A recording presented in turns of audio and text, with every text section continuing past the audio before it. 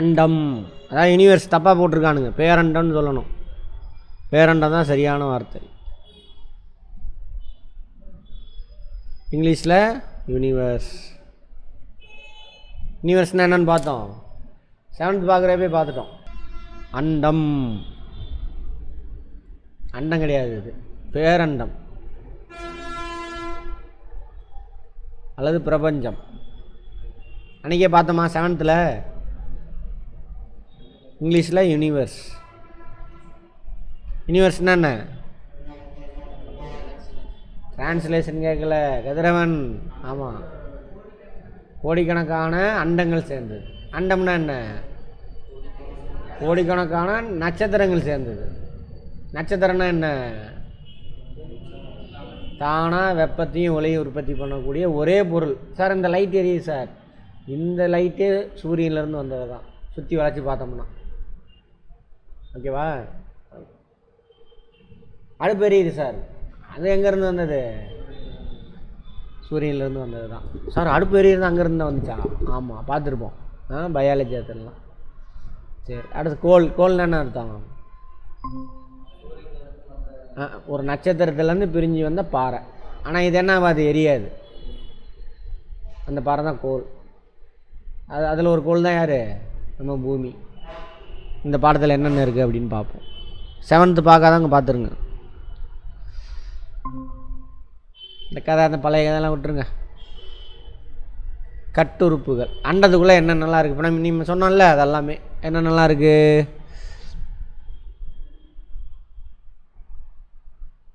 விண்மீன் திரள். விண்மீன் திரள், அதாவது கேலக்ஸி சொல்கிறான். விண்மீன் திரள், கேலக்ஸி, அதாவது அண்டம்.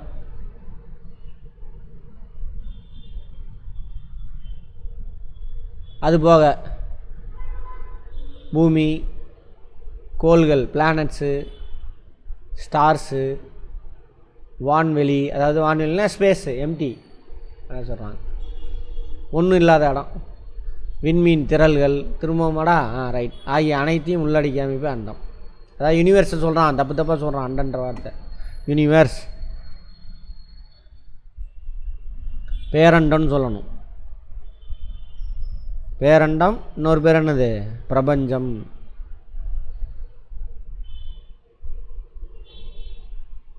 இது யூனிவர்ஸ், பேரண்டம் அல்லது பிரபஞ்சம். அதில் ஒரு புள்ளி தான் கேலக்ஸி, அதில் ஒரு புள்ளி தான் இந்த நட்சத்திரம். அதில் கோடிக்கணக்கான நட்சத்திரம் சேர்ந்தது, அதில் ஒரு நட்சத்திரம் தான் இது. இதுலேருந்து பிரிஞ்சு வந்த பாறைங்க, அதான் கோள்கள்.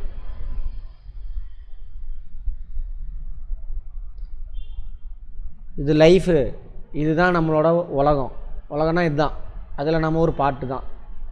லைஃப்பில் இதை புரிஞ்சு வச்சுருக்கணும், சரியா? அப்போ அடுத்தவன்ட்ட நீங்கள் ஏமாற மாட்டீங்க. இன்னொன்று உன் குழந்தைக்கு கற்றுக் கொடுக்கலாம், சரியா? உனக்கு தெரியாதவனுக்கு சொல்லிக் கொடுக்கலாம், இதெல்லாம் பண்ணலாம். கரெக்டா? ஆமாம். அடுத்தது, இதில் பிரபஞ்சத்தில் 2 தான் இருக்குது. என்ன இருக்குது? பருப்பொருள், எனர்ஜி. அப்புறம் வேறு என்ன இருக்குது? இது 2 இல்லைன்னா அதுக்கு பேர் என்னது?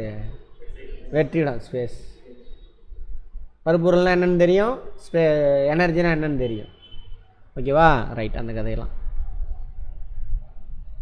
அப்புறம் காலம், டைம் இருக்குல்ல. பிரபஞ்சம் உருவாகி எவ்வளோ காலம் ஆகுதுன்னு சொல்கிறாங்க? 13.7 பில்லியன் இயர்ஸ். சொன்னோம் இல்லையா? 2 தான் இருக்குது. என்னது? இங்கேயே சொல்லிட்டான். பிரபஞ்சத்தில் 2 தான், 2 பூதம் தான். என்ன பூதம்? பஞ்சபூதம்லாம் கிடையாது, 2 பூதம் தான். இன்னும் இருக்கானுங்க, 2000 வருஷத்துக்கு முன்னாடி உட்காந்து கூவிட்டு கிடக்குறோம்.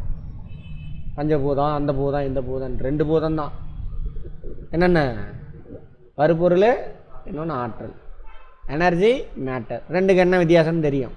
ஓகேவா? ரைட், பார்த்துப்போம். எவ்வளோ பெருசுன்னு உங்களுக்கு தெரியும்.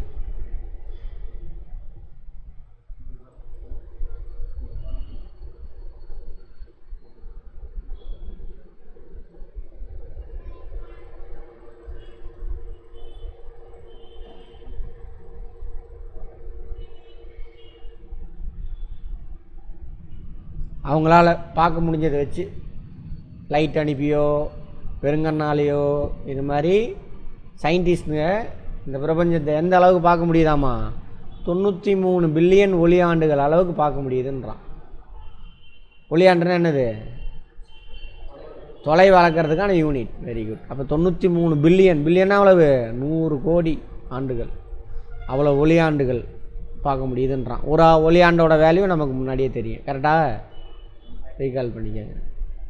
9.4607 × 10⁻12 கிலோமீட்டர்னு சொல்லியிருக்கான். மீட்டராக கன்வெர்ட் பண்ணால் என்ன ஆகும்? ஒரு ஒளியாண்டு ஆட் பண்ணணும் 15. அது வேறு இது வேறு. இதுதான் ஒளியாண்டோட வேல்யூ. ஒரு ஒளியாண்டு அப்படிங்கிறது. ஒளி ஒரு ஆண்டில் எவ்வளோ ட்ராவல் ஆகும்? என்ன சொல்ல வரீங்க? 10⁻? அது லைட்டோட ஸ்பீடாக இருக்கும்.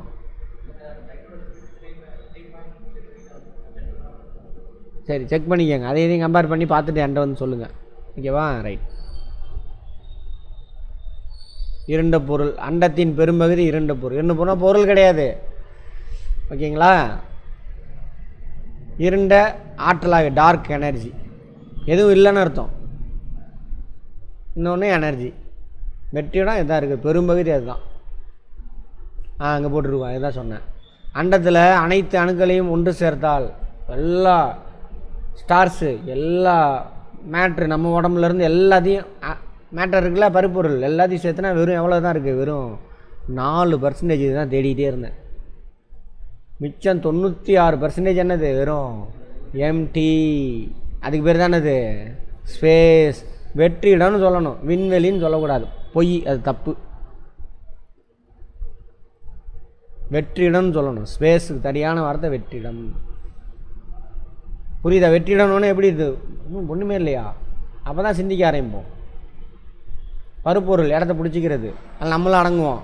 பருப்பொருள் எவ்வளோ? வெறும் 4% பருப்பொருள். வெற்றிடம் தான் எல்லாமே. ஒன்றுமே இல்லைங்க. சிதம்பரம் ரகசியம் என்னது? அங்கே ஒன்றுமே இல்லை, அதான் சிதம்பரம். அங்கே ஒன்றுமே இருக்காது. எட்டி பார்த்தீங்கன்னா ஒன்றுமே இருக்காது. அதான் ரகசியம் அப்படின்னு அனுப்பி விட்ருவான். போய் பார்த்துருக்கீங்களா சிதம்பரம் ரகசியத்தை?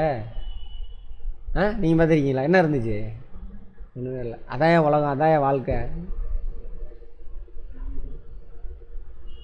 நம்ம தானே வாழ்க்கை. ஏதாவது இருக்குது? தங்க பஸ்பம் தின்னவனும் காணோம், கோடி கோடியாக சேர்த்தவனையும் காணோம், மக்களுக்கு அவ்வளோ விஷயம் செஞ்சவனையும் காணோம். எல்லாம் எங்கே? ஒன்றுமே இல்லை. அவ்வளோதான். என்ன கார்த்திகேயன்? என்ன சார் ஜியாகிரஃபி எடுங்கன்னாக்கா நீங்கள் என்னடானாக்கா சாமியார் கிளாஸ் மாதிரி எடுத்துக்கிட்டு இருக்கீங்க இல்லைங்களா? அவன் உங்களை ஏமாற்றுவான். இது சிந்திக்க வைக்கிறோம். சரியா? அண்டத்தின் வயது வாழ்நாள் 13.7 பில்லியன் இயர்ஸ். அப்போ தான் வெடிச்சு சேர்றது அந்த கதையெல்லாம் அப்படியே பெருவெடிப்பு நடந்தது. முதல்ல உருவான தனிமை இது ஹைட்ரஜன்.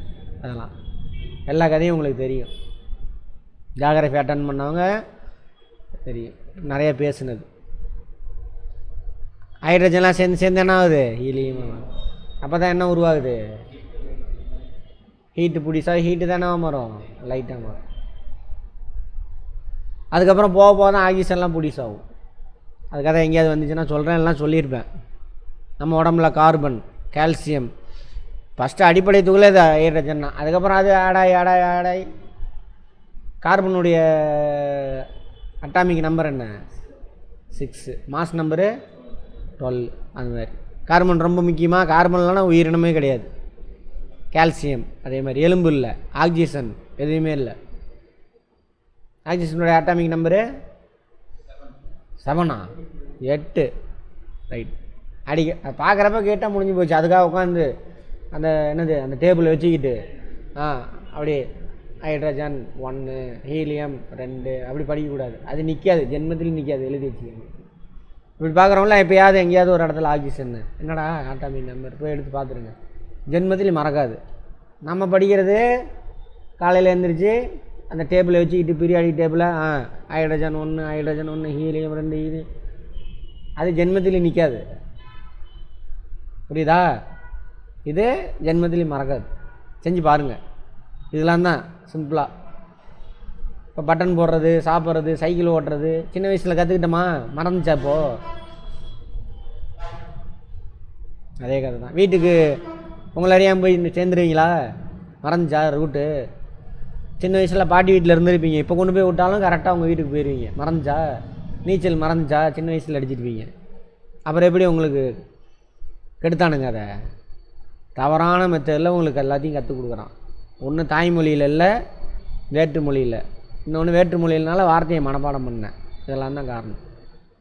இல்லைனா உங்கள் மூளையில் பயங்கரமான மூளை, கம்ப்யூட்டர்லாம் அவன் பக்கத்துலேயே வர முடியாது. எந்திரன்லாம் என்ன பண்ணணும்? பிச்சு எடுக்கணும். எந்திரன் வரதில்ல கம்ப்யூட்ரு, அதெல்லாம் ஒன்றையெல்லாம் வேலைக்கே ஆகாது. பயங்கரமான மூளை மனித மூளை. ஆமாம், கெடுத்து நாசம் பண்ணி வச்சுருக்கிறானுங்க.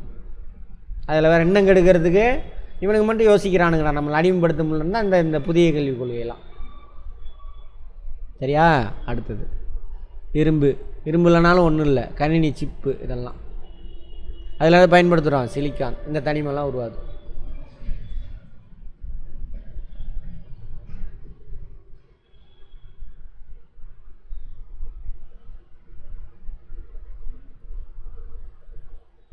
சரியா? நட்சத்திரம், பூமி எங்கேருந்து வந்துச்சு? விண்மீன்லேருந்து வந்தது தான். அதில் என்ன இருக்குது? நம்ம இப்போ பூமியில் இந்த தனிமங்கள்லாம் இருக்குது. இந்த தனிமங்கள்லாம் கெமிக்கல் ரியாக்ஷனில் ஈடுபட்டு உயிரினம் உருவானுச்சு. எப்படி சார் உயிரினம் உருவானுச்சு? ஆதாம் ஏவாள், அதான் சும்மா டுபாக்கூர், இவனுக்கெல்லாம் தெரியால விட்டுட்டானு. சயின்டிஸ்ட் கண்டுபிடிச்சிட்டான், கெமிக்கல் ரியாக்ஷன் நடந்து உருவாயிடுச்சு. ஆட்டோமேட்டிக்காக இப்போ நம்ம ஒரு செல்லு இன்னொரு செல்லு உருவாகுது. எப்படி? கெமிக்கல் ரியாக்ஷன் தான், வேறு ஒன்றுமே கிடையாது. கெமிக்கல் ரியாக்ஷன் செய்கிறதுக்கான மெட்டீரியல் எங்கேருந்து எடுத்துக்கும்? சூரியனில் இருந்தா? மெட்டீரியல் கேட்குறேன், மண்ணில் இருந்தால் எடுத்துக்கும். உணவு எடுத்துகிட்டு வளரும். அதை மாதிரி இன்னொன்று புளி சாவலாம் என்ன ஆகும்? திரும்ப மண்ணில் போயிடும். அதை எடுத்து இன்னொன்று வளரும். ஜியோ சைக்கிள் பார்ப்போம், பயாலஜி அதெல்லாம். ரைட், அதான் சொல்கிறேன். விண்மீன் திரள்கள் எதப்பா சொல்கிறீங்க?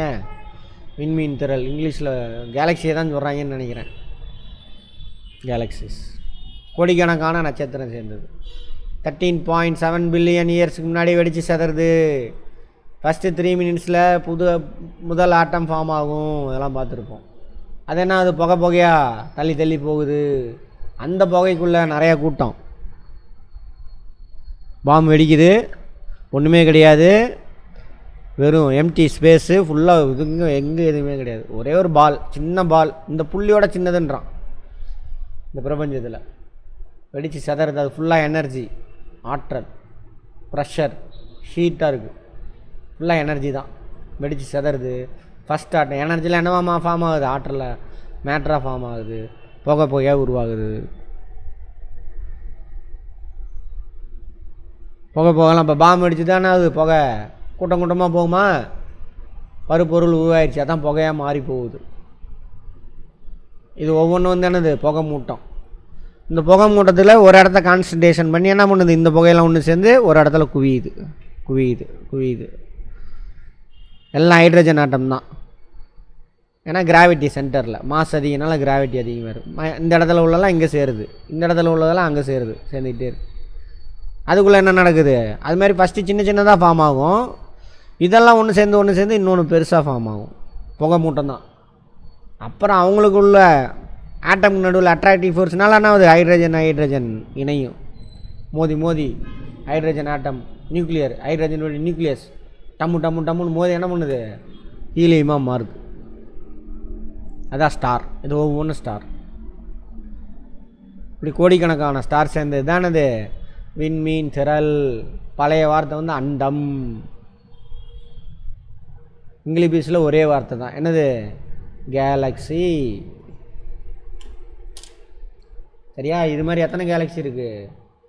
கோடிக்கணக்கான கேலக்ஸி. கதையாக பார்க்கணும், ஸ்கூலில் சொல்லி கொடுத்துருப்பானுங்க. அப்படி உன்னிப்பாக கவனிக்கணும், எங்கேயும் டைவர்ட்டே ஆகக்கூடாது, பயங்கர கான்சன்ட்ரேஷனாக இருக்கணும். எதுக்கு இதெல்லாம்? அந்த காலத்தில் உங்களை படிக்க விடாமல் துரத்துறதுக்கு, வார்த்தையை மனப்பாடம் பண்ணுறவனுக்கு. அதெல்லாம் கதை மாதிரி கவனிச்சுன்னா போதும்.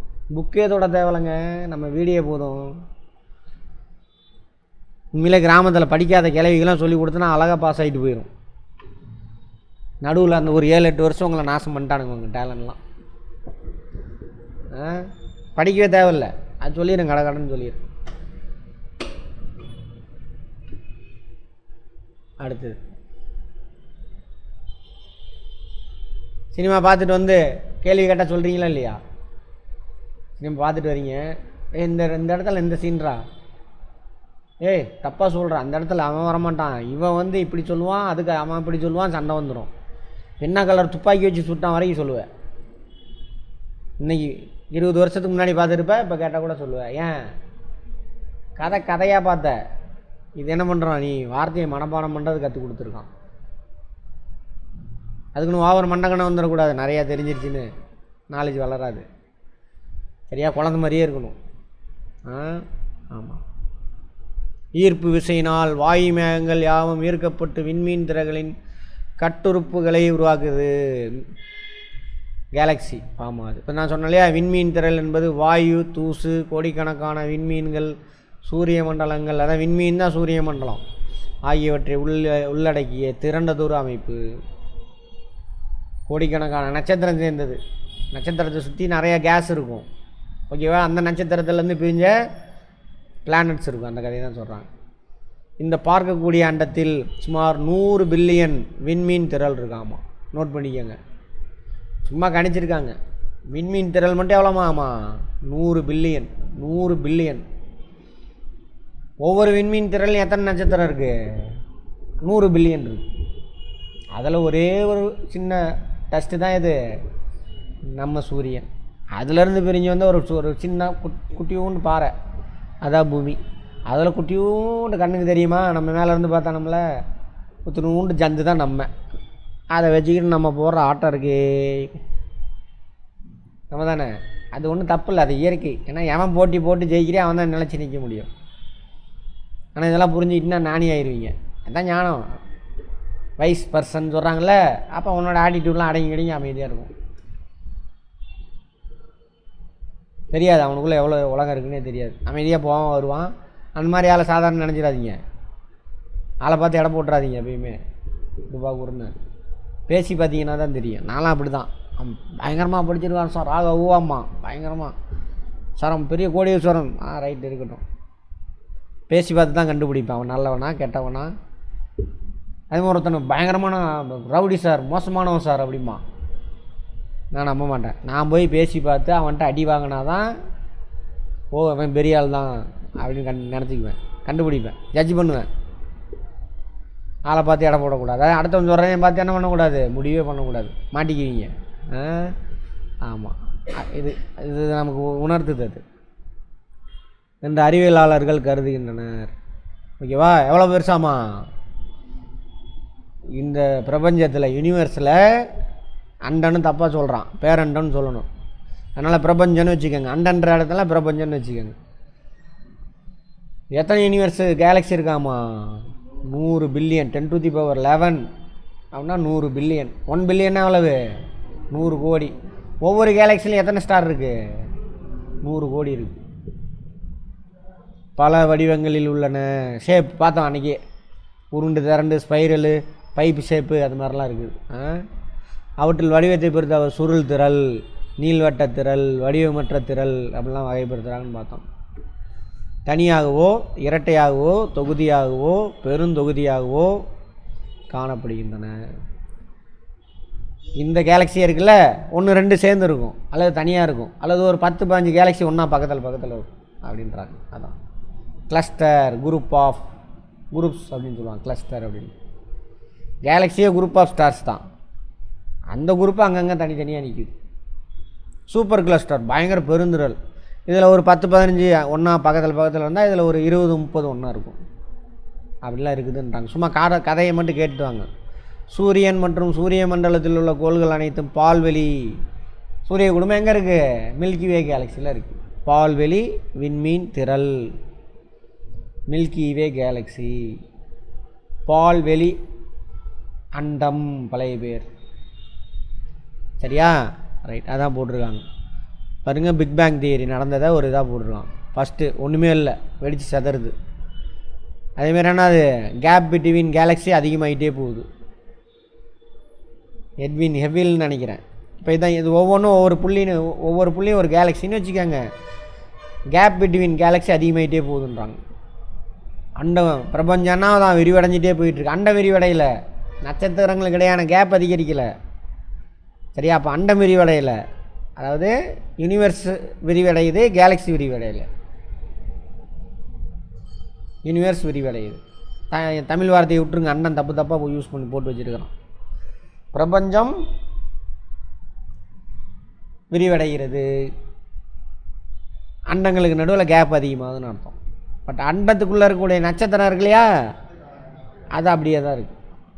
அதனால தான் இது நட்சத்திரம் நம்ம தாத்தா பாட்டி 5000 வருஷத்துக்கு முன்னாடி இருந்தானுங்கள்ல, இங்கே இந்த பூமியில் வாழ்ந்தான். அவன் என்ன நட்சத்திரத்தை பார்த்தானோ இன்னும் நம்ம அதை பார்த்துட்டு தான் இருக்கோம், மாறலை. அதெல்லாம் விரிவடைஞ்சிட்டே போகுது. இது எத்தனை வருஷத்துக்கு முன்னாடிலாம் போட்டுட்ருக்கான். பெருவெடிப்பு அவ்வளவு 13.7 பில்லியன் வருஷத்துக்கு முன்னாடி அப்படியே வரும்.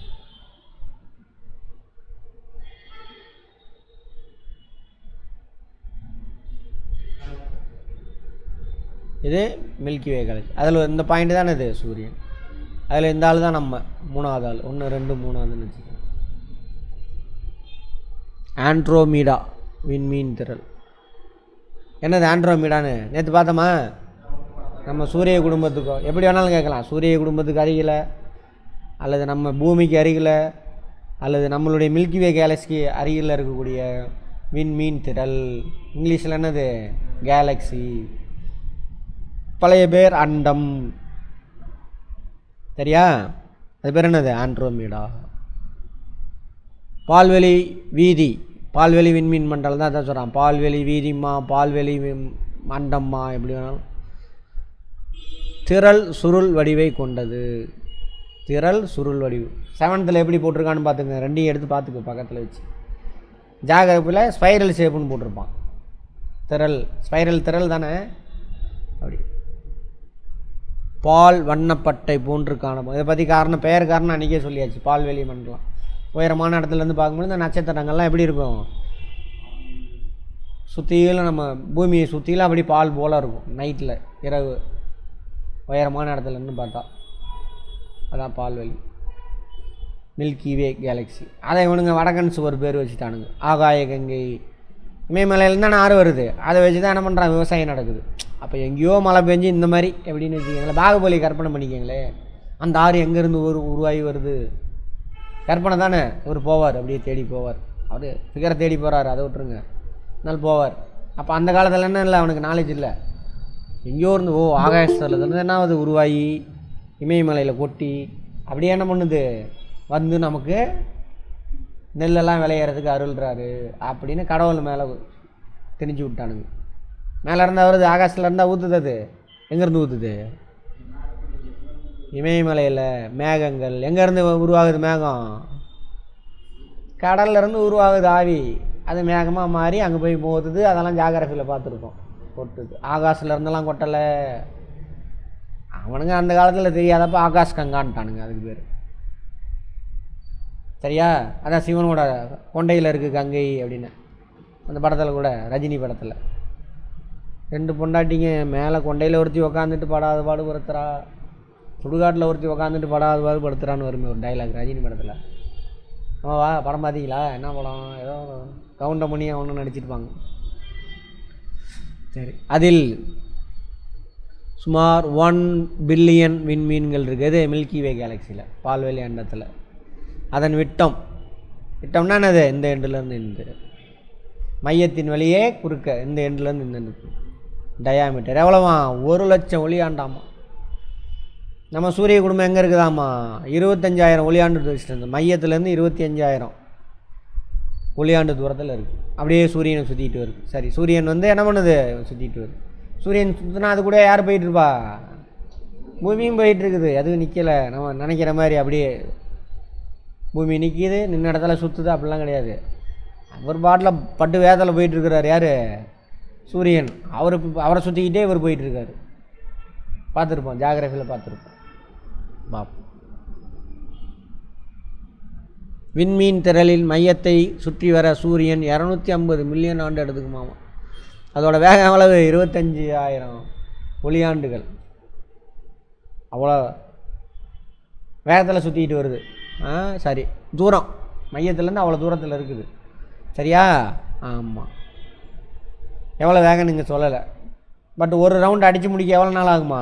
இங்கேருந்து கிளம்புது அது நம்ம சூரியன். ஒரு ரவுண்டு அடித்து முடிக்க எவ்வளோ? 250 மில்லியன் ஆண்டு ஆகுமா? மில்லியன்னா 10 லட்சம். அப்போ எவ்வளவு? 25 கோடி ஆண்டுகள் ஆகுமா? நம்மளோட வாழ்நாள் எவ்வளவு?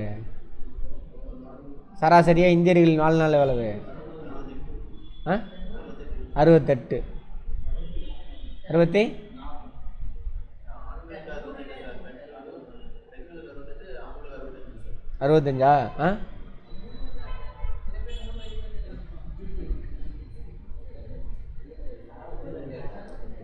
எனக்கு தெரிஞ்ச ஒரு தாத்தா 120 வயசுக்கு செத்தாரு. அப்போ சராசரி வயது 120. சராசரி வயது தான் ஞாயிற்றுக்கிழமை தான் கேட்டேன். அதுக்கான ஃபார்முலா வரைக்கும் பார்த்துருக்குது. இப்போ வந்து திரும்ப சொல்கிறீங்க. நமக்கு அருகாமையில் உள்ள ஆண்ட்ரோமீடா விண்வெளி திரளில் தொலைவு 2.5 மில்லியன் ஒளி ஆண்டுகள் ஆகும். அடியாப்பா, நமக்கு பக்கத்தில் இருக்கிற அவ்வளோ தொலைவில் இருக்காராம். பூமி இயங்கும் வேகத்தில் பூமியோட வேகம் பாருங்கள். பூமியோட வேகம் 30 கிலோமீட்டர் பர் செகண்டாமா. அப்படிங்கிறது 30 கிலோமீட்டர் போகுமா பூமி. அவ்வளோ வேகத்தில் போயிட்டுருக்காமா. நோட் பண்ணிக்கங்க, ஃபேக்ட்டு. அவ்வளோ வேகத்தில் போயிட்டுருக்கு. இப்படிங்கிறதுக்குள்ள எங்கே 30 கிலோமீட்டர்னா எங்கே? அங்கேருந்து நாமக்கல் போயிடும். எப்படிங்கிறதுக்குள்ள அப்படி போயிட்டு இருக்குது. அவ்வளோ வேகத்தில் நம்ம போயிட்டுருக்கோம். என்ன பண்ணிங்கன்னு கற்பனை பண்ண முடியுதா?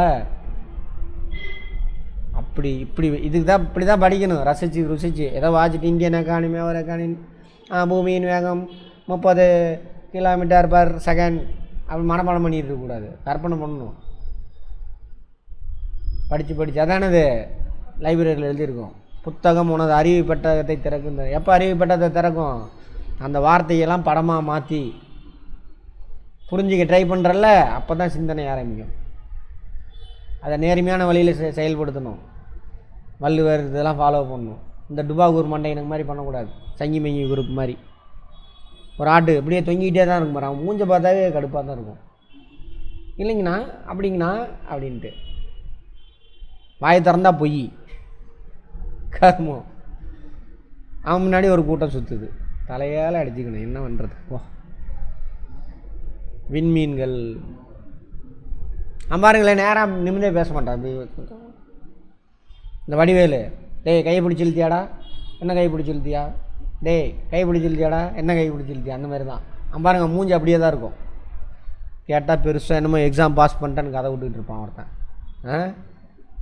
நம்ம தானே அவன் மூஞ்சி அப்படி தான் இருக்கு பாருங்க. விண்மீன் திரள்களின் அடிப்படை கட்டுறுப்புகள். நான் இவரை சொல்லலை, யார் மைனர் குஞ்சை சொல்லலை நான். மைனர்னா புரியுதா? மைனர்னா அந்த காலத்தில் ஜமீன்தார் இருப்பான். ஜமீன்தாரோட பையனோ சொந்தக்காரனோ இருப்பானுங்க. அவர் அப்படியே ரவுண்ட் அடிப்பார். போகிற வழியில் எந்தெந்த லேடிஸ்லாம் பிடிக்குதோ அவங்கள தூக்கிட்டு போயிடுவார். அவர் தான் மைனர். அவரை சொல்லலை. அவன் ஒரு வேறு கேட்டகரி. சரியா?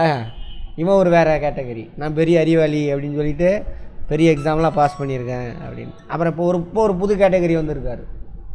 என்ன கேட்டகரி?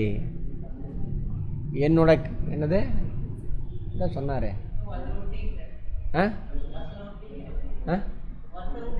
யார?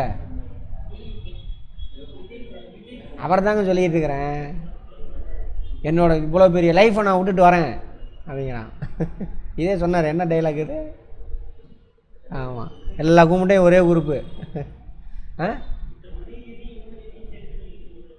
எதுக்கு? சரி, அவங்க பேரை எதுக்கு சொல்லணும்? என்னது விண்மீன்னா? தானாக வெப்பத்தையும் ஒளி உற்பத்தி பண்ணும். அதுதான் விண்மீன் திரள்களில் அடிப்படை கட்டுரை. என்னது? கோடிக்கணக்கான நட்சத்திரம் சேர்ந்தால் விண்மீன் திரள்கள். ஓகேவா? பெருவெடிப்பில் விண்மீன் திரள்கள் உருவான போதே அவையும் தோன்றின. விண்மீன் திரள் உருவாகும் போது என்னது? அந்த கேஸ் பிரிஞ்சு போது அந்த கேஸுக்குள்ளே ஒரு இடத்துல கான்சன்ட்ரேஷன் ஆகி ஒரு பாலாக மாறுது. அதான் விண்மீன் ஸ்டார். வெப்பம், ஃபஸ்ட்டு வெப்பத்தை தான் சொல்லணும். ஹைட்ரஜன் அதோட நியூக்ளியஸ் போது ஹீட் ப்ரொடியூஸ் ஆகும். ஒளியும் வெப்பத்தையும் உருவாக்க தப்பு, அப்படி சொல்லவே கூடாது. வெப்பம் தான் என்னவா மாறும்? ஆமாம், அதுதான் கரெக்டு, ப்ராப்பர். அது மனப்பாடம் பண்ணுற குரூப்பு மாறுங்க தயவு செஞ்சு. ஒளி, அது இல்லாமல் கண்ணுக்கு தெரியாத race, UV rays, X race பார்த்தோமா? அந்த எலக்ட்ரோ மேக்னெட்டிக் வேவ்ஸ் பார்த்தோம்ல, இதெல்லாம் நம்ம கண்ணுக்கு தெரியாது. சூரியன்லேருந்து வந்துக்கிட்டு இருக்கு, பூமி ஃபுல்லாக நிரம்பி, இந்த பிரபஞ்சம் ஃபுல்லாக நிரம்பி கிடக்குது. சூரியன்லேருந்து வர வேவ் என்ன வேவ்? கொஸ்டின் இது. UV rays. தரையில் பட்டு தரையிலேருந்து ரிஃப்ளெக்ட் ஆகி வருதுல, அந்த ரேஸ் என்ன?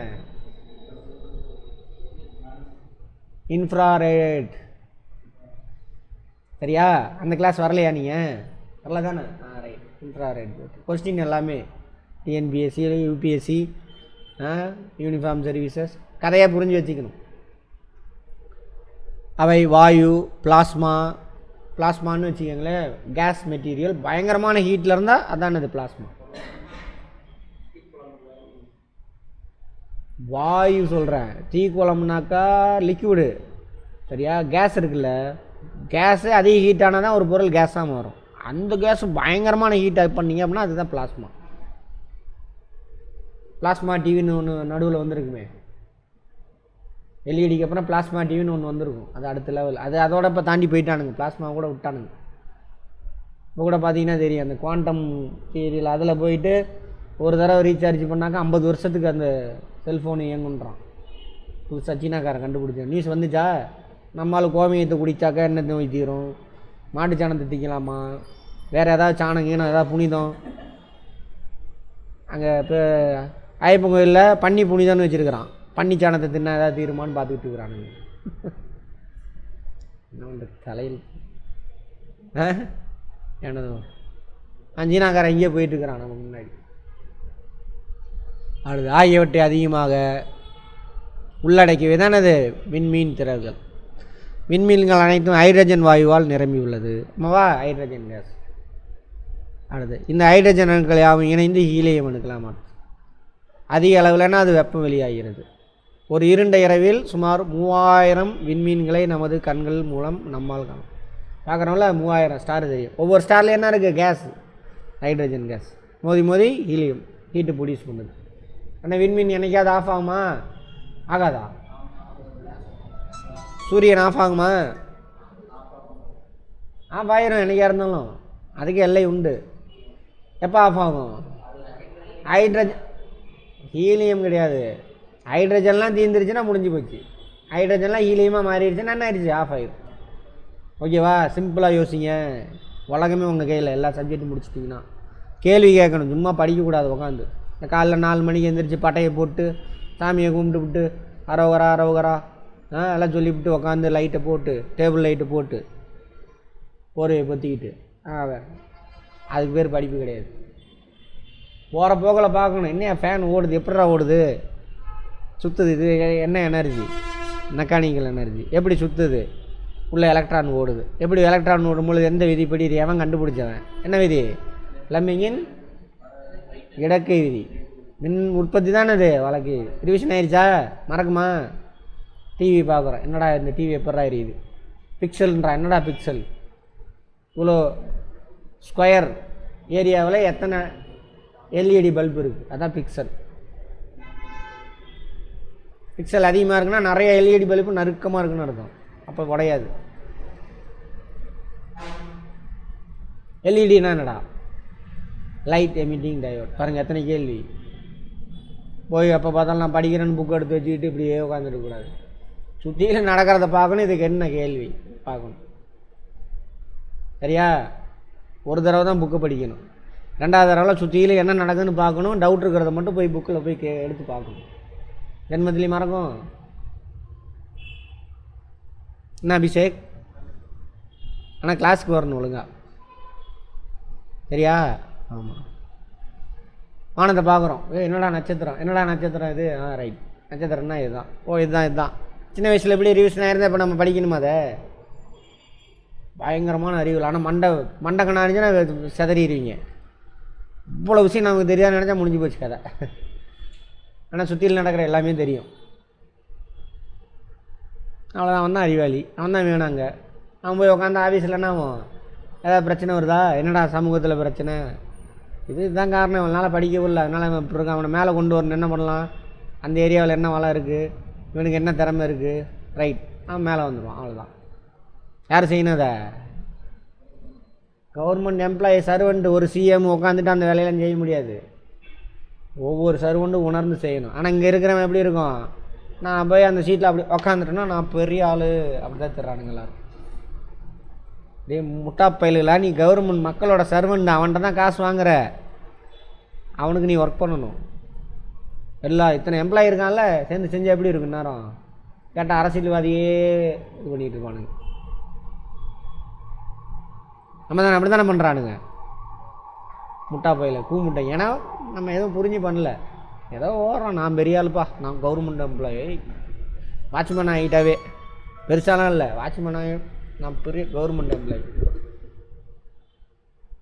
மண்டகணம். ஏன்னா அறிவு இல்லை. நம்ம தானே மக்களோட வரி பணத்தில் மக்களுக்கு ஒர்க் பண்ணுறதுக்காக நம்மளை உட்கார வச்சுருக்கான்னு அறிவு இருந்தால் போதும், அவங்களுக்காக ஒர்க் பண்ணுவான். அங்கே போனோன்னு கருவோம், கவர்மெண்ட் எம்ப்ளாயி நான், அது வரப்பவே வருவோம். என்ன பண்ணிக்கிட்டான், இல்லை அந்த ஆள் இப்படி போகிறான், நம்மளும் அப்படி போய் உட்காரலான்னு பார்க்குறோம் அப்படின்றீங்களா? அது அவன் ஊர் மரியாதை கொடுக்குறான்னு கொடுத்துட்டு போகிறான், நீ அவன் வேலையை என்ன பண்ணணும், கரெக்டாக செய்யுங்க போயிட்டு. ரைட். அடுத்தது பிரபஞ்சத்தை பார்க்குறதுனால சொல்கிறேன், ஒன்றுமே கிடையாது நம்ம இந்த பிரபஞ்சத்தில். என்ன மணிகண்டன், நமது கண்கள் மூலம் நம்மால் காண முடியும் 3000 இதை. இப்படி போகிற போக்கில் எல்லாமே தெரிஞ்சுக்கணும். நான் பிளாஸ்டிக்கில் உட்காந்து, என்னடா அது பிளாஸ்டிக், இது எதால் ஆனது, பாலிமர், இதுக்கு பேர் என்ன, பிளாஸ்டிக்கில் நிறைய டைப் இருந்துச்சு, எந்த புக்கில் போய் பாரு, பிவிசி, பிஇடி எல்லாம் இருக்கா, அதில் ரெசின் குறியீடு இருக்குமே, பாட்டில் எடுத்துப்பாங்க ரெசின் குறியீடு, அதான் படிப்பு. அவங்க அந்த புக் எடுத்துட்டு அப்போ கோடு போடாக போட்டுக்கிட்டு நாங்கள் லைப்ரரியில் உட்காந்துருப்பான்ல, கடைசியில் என்ன ஆகும், இவங்க கோடு போட்டு 10வது பேப்பர் ஓட்டை விழுந்து 10 பேப்பர் எடுனா கோடு கூட வரி வரியாக வருது, பேப்பரு கிழிஞ்சு போய் அந்த இதுக்கு ஒட்டுவானுங்கள்ல, அது மாதிரி போய் பாருங்கள். அங்கே தானே பண்ணிகிட்டு இருக்கானுங்க. இப்போ என்ன ஹைலைட்டர் ஒன்று வந்துருச்சு, அது கொஞ்சம் கிளிக்காது பேப்பரை, ஆனால் அது போட்டு என்ன ஆயிடுச்சு, எழுத்து மறைஞ்சு போயிருக்கு. அது படிப்பே கிடையாது, அது நோடிப்பு. தயவு செஞ்சு மாற்றுங்க. எவ்வளோ விண்மீன்கள் விண்வெளியில் உள்ளன என்பது நமக்கு தெரியாது. ஆனால் நமது அண்டத்தில் எவ்வளோ 100 பில்லியன் ஃபேக்ட். இதெல்லாம் அண்டத்தில், அது அண்டனா என்னது, கேலக்ஸி சொல்கிறான், சரி கேலக்ஸின்ற யூனிவர்ஸ், 100 பில்லியன் விண்மீன் திரள்கள் இருக்குது, கேலக்ஸி இருக்குது. அந்த ஒவ்வொரு விண்மீன் திரள் எவ்வளோ இருக்குது, 100 பில்லியன் விண்மீன்கள் இருக்குது. அதான் சொல்கிறாங்க பேசின கதையே. விண்மீன்கள் தனியாக இருப்பது போல் தோன்றினாலும் பெரும்பாலும் அவை இணைந்தே குரூப்பாக இருக்கும். கான்ஸ்டலேஷன் பார்த்தோமா, விண்மீன் மண்டலம், தமிழில் கெடுத்து வச்சுருக்கானுங்க, இங்கிலீஷ் வார்த்தையை பிடிச்சிக்கோ. யூனிவர்ஸ் பெருசு, கேலக்ஸிக்குள்ளே கான்ஸ்டலேஷன், குரூப் ஆஃப் ஸ்டார்ஸ், ஒரு 10, 15, 20 குரூப். அது மாதிரி பார்த்தோம்ல, இந்த மண்டலம் தான் இது என்னது, அந்த வார்த்தையெல்லாம் கெட்ட வார்த்தையெல்லாம் மறந்து போயிருக்கு எனக்கு. ராசி பலன் இருக்குல்ல, அதில் எத்தனை வரும், எத்தனை ராசி, 12. அந்த 12 தான் அந்த இதெல்லாம், அதுதான் கெட்ட வார்த்தை. என்ன ஏன்னா நம்மளாம் முட்டாளாக்குறது அதெல்லாம். அதில் என்னது, அந்த குரூப் ஆஃப் ஸ்டார்ஸ் இருக்குல்ல, கான்ஸ்டலேஷன், ஒவ்வொன்றுக்கும் ஒரு பேர் வச்சு கிரேக்க ரோமானியரை வச்சுருந்தா அதை திருடிட்டு வந்துட்டானுங்க. நம்மளுக்கு தெரியும், நம்ம பேர் வச்சுக்கிட்டானுங்க. ஜாதகமே நம்மளுக்கு கிடையாது, எழுதி வச்சுக்கோங்க. அங்கேருந்து வந்தது தான், கிரேக்கத்திலிருந்து வந்தது தான். ஒரு விண்மீன் எந்த அளவுக்கு வெளிச்சமாக தெரிகிறது என்பது அவற்றின் செறிவு பூமியிலிருந்து எவ்வளோ தொலைவில் இருக்குது, அது எவ்வளோ பெருசு அந்த ஸ்டார், அது பொறுத்து. வெப்பநிலையை பொறுத்து விண்மீனில் வெவ்வேறு வண்ணங்களில் தோன்றலாம். வெப்பநிலை, அதில் எவ்வளோ டெம்பரேச்சர் இருக்குது. ஏன்னா டெம்பரேச்சர் மாறும்பொழுது என்ன ஆகும், அதோட ஃப்ரீக்குவென்சி மாறும். ஃப்ரீக்குவென்சி மாறினா அவன் கலர் மாறிடும். பார்த்தோம்ல, கலர் நம்ம லைட்டு தான் விசிபிள் ரேஸு, எத்தனை கலர் இருக்குது, 7 வண்ணம் இருக்குது. ஃப்ரீக்குவென்சி மாறும், வேவ் லென்த்து மாறும், ஃப்ரீக்குவென்சி மாறும். எலக்ட்ரோ மேக்னெட்டிக் வேவ் பார்த்தோமா, அதில் வேவ் லென்த்து ஃப்ரீக்குவென்சி அதான் மாற்றுது கலரை. அதான் சொல்கிறான். அந்த பேசிக்கெலாம் முடிச்சிருந்தோம்னா இது புரியும், இல்லைன்னா என்னடாது அப்படின்னு இருக்கும். கேள்வி கேட்கணும். வெப்பமான விண்மீன்கள், நேற்று கேட்டார், என்ன கேள்வி கேட்டீங்க நேற்று டீ சாப்பிட்டு வரும்பொழுது?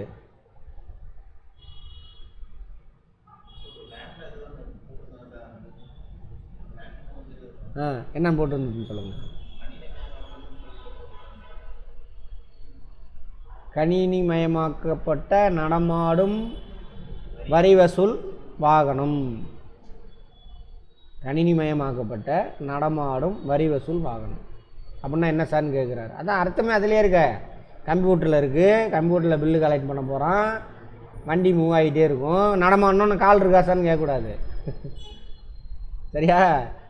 வீட்டுக்கிட்டே வந்து வாங்க போகிறான், அவ்வளோதான். வரி வசூலிக்க போகிறான். இன்னொரு வாரம் இருந்துச்சு, வணிக வரி வசூல், கமர்ஷியல் டேக்ஸ் வசூல் பண்ணுறது. அதை வீட்டுக்கிட்டே வந்து வாங்குவான்.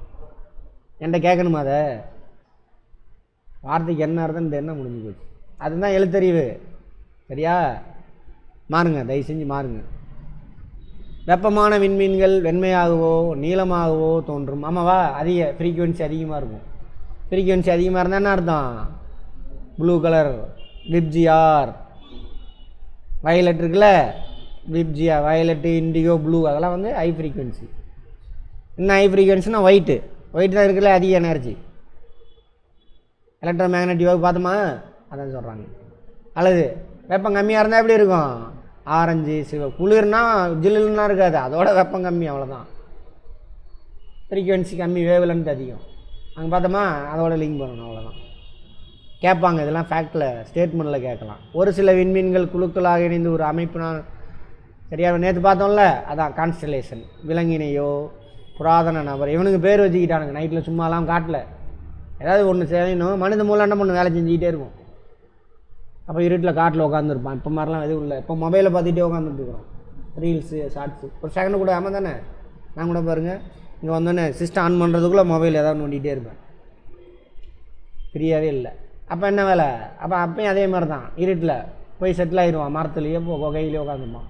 மேலே பார்க்குறான். என்னடா அது? குரங்கு பார்க்குறதில்ல, நாயெல்லாம் பார்க்குறதில்ல. அதுமாரி அது ஒரு லெவலுக்கு மேலே சிந்திக்காது. இவனுக்கு மூளை கொஞ்சம் அதிகமாக சிந்தி இடம்னு பார்க்குறான். உடனே அதை பார்த்தோன்னா அது பாரு நாய் மாதிரி இருக்குது, அதுக்கு ஒரு பேரை வை. இது பாரு பன்னி மாதிரி இருக்குது, அதுக்கு ஒரு பேரை வை.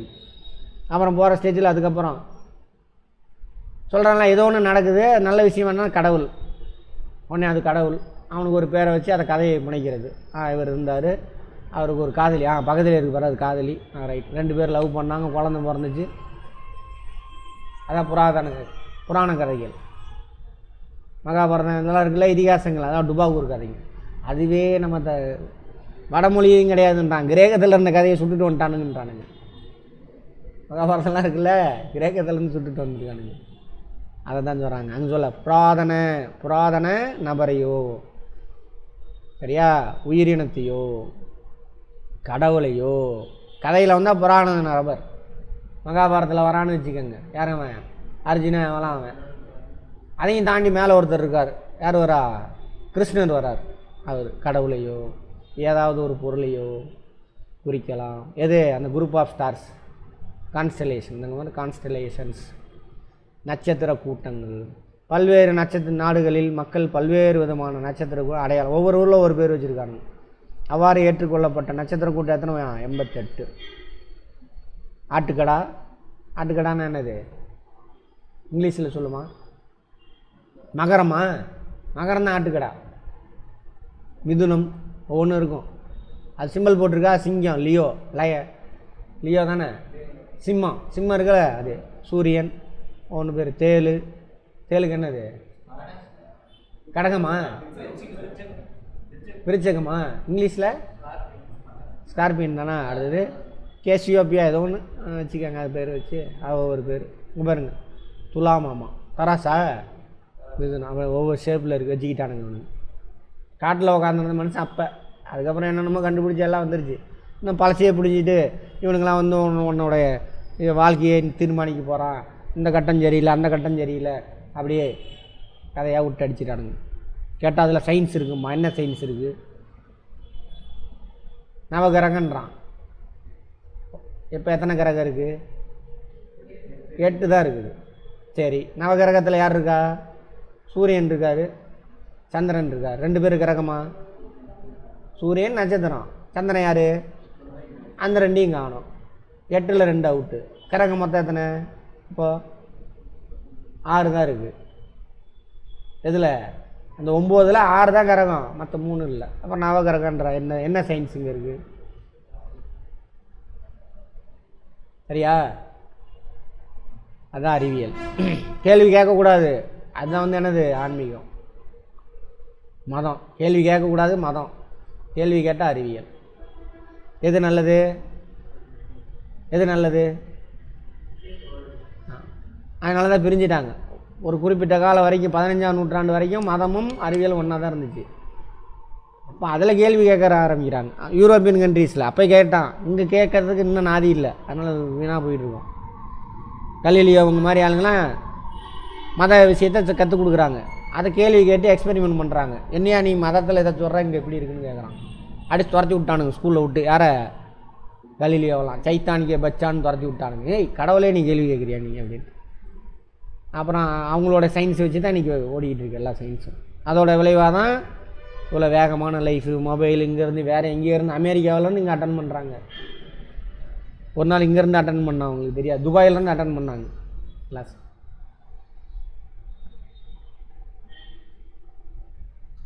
லைவில் எப்படி நீங்கள் இங்கே தமிழ்நாட்டுக்குள்ளே அட்டன் பண்ணுறீங்களா, அது மாதிரி எப்படி அந்த கேட்ட கேள்வி தான். அப்போ தான் மதத்துலேருந்து சயின்ஸ் தனியாக பிரிஞ்சு போகுது.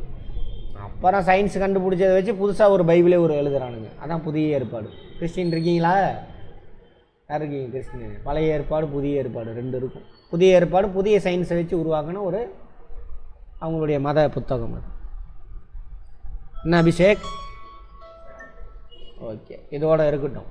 நாளை பார்ப்போம். நாளைக்கு தான் முடிக்க முடியும், வேறு வழி இல்லை.